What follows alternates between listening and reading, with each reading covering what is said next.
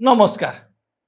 नुआपड़ा गणित क्या मिल केते भोट नुआपड़ा ओडिशा राजनीतिर नुआ दिग निर्णय कर दल पाई एवं किछि निर्दिष्ट नेतांक भाग्य निर्णय कर नुआपड़ा एवं कौन कहूछि नुआपड़ार भोट गणित क्या सपक्ष किए क्या मिल केते ओडिया न्यूज .live ए स्वतंत्र रिपोर्ट रे मु शुभेन्दु दास।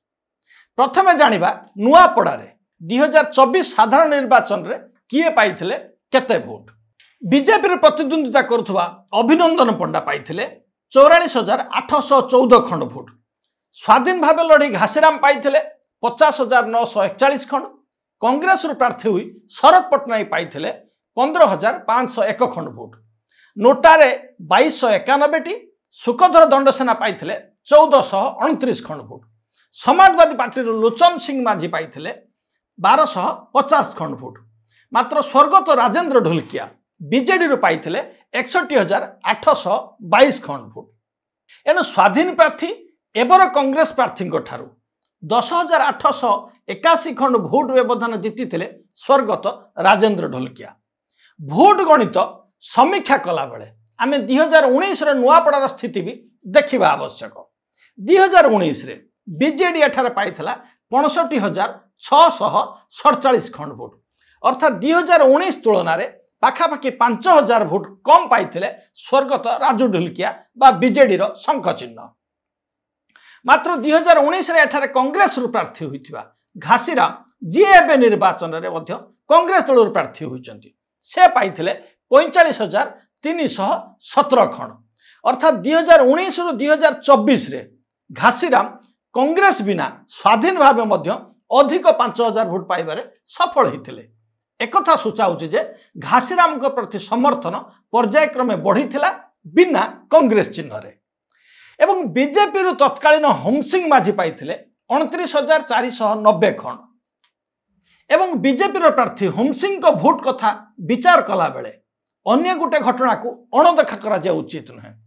ता हेउची एबर बीजेपी नेता जदुमणि पाणिग्राही 2019 रे स्वाधीन भाव लड़ी अर्थात बीजेपी रो विद्रोही प्रार्थी भाव में 16,535 खंड भोट पाइथिले जहा 2024 रे जदुमणि सहित मिसी 44,814 रे पहुंची थिला।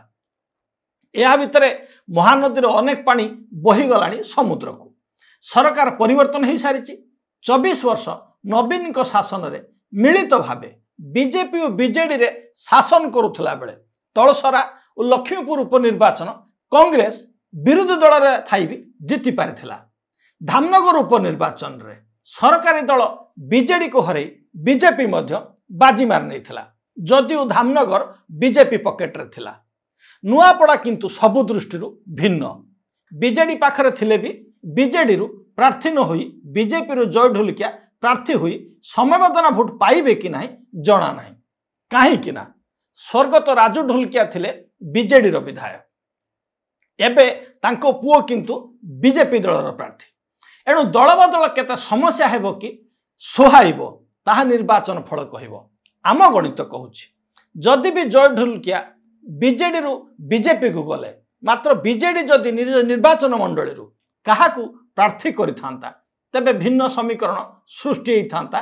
एबे समय रे जेहेतु बीजेडी रो एबर प्रार्थी स्नेहांगिनी छुरिया बरगढ़ रो अताबिरा रु आछंती एणु निज अंचल प्रार्थी न होइथिबा कारणरू किछि तो फरक पड़िबो निश्चय।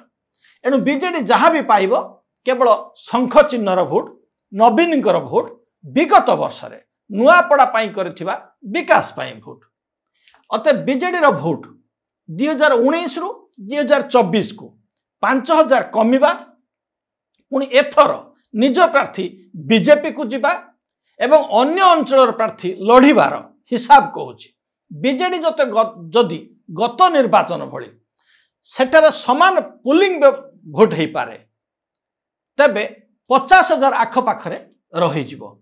कांग्रेस रो 2024 रे शरतंकर प्राय 15,501 खंड भोट जहाँ हाथ चिन्हर बोली बुझा पड़ो एवं 2019 रे घासीराम हाथर लड़ी पाइथिबा भोट को नजर देले जना जाउछि कि 45,317 खंड भोट कांग्रेस सहित व्यक्तिगत घासीराम कारण घासीराम पूर्वर कांग्रेस संगठन को निज पाखे रखिथिले एवं कांग्रेस रो विद्रोही भाव लड़ीथिले। यार हिसाब कहूची घासीराम को क्रमवर्धित भोट बढ़िबार थिले भी उपनिर्वाचन रे सरकारी दलर अर्थ क्षमतार उपयोग सहित बूथ स्तरीय मैनेजमेंट निश्चित कांग्रेस रे क्षति करिवो। जदि भक्तदास कांग्रेस रो कीर्तिराजी यथा सोना बेढ़ा और व्यक्तिगत भावे केंद्र मंत्री थिला बेले करथिबा उन्नति को भोट रे एनकेस करि पारंती ता सहित अन्य दल भली निज कर्मी को निर्वाचन शेष पर्यंत निज पाखे रखिबार सक्षम होती तेबे यह 55,000 आखपाखे रही पारिबो। नचेत कांग्रेस भी प्लस माइनस 50,000 आखपाखे रहिबा किछि असंभव नुहे।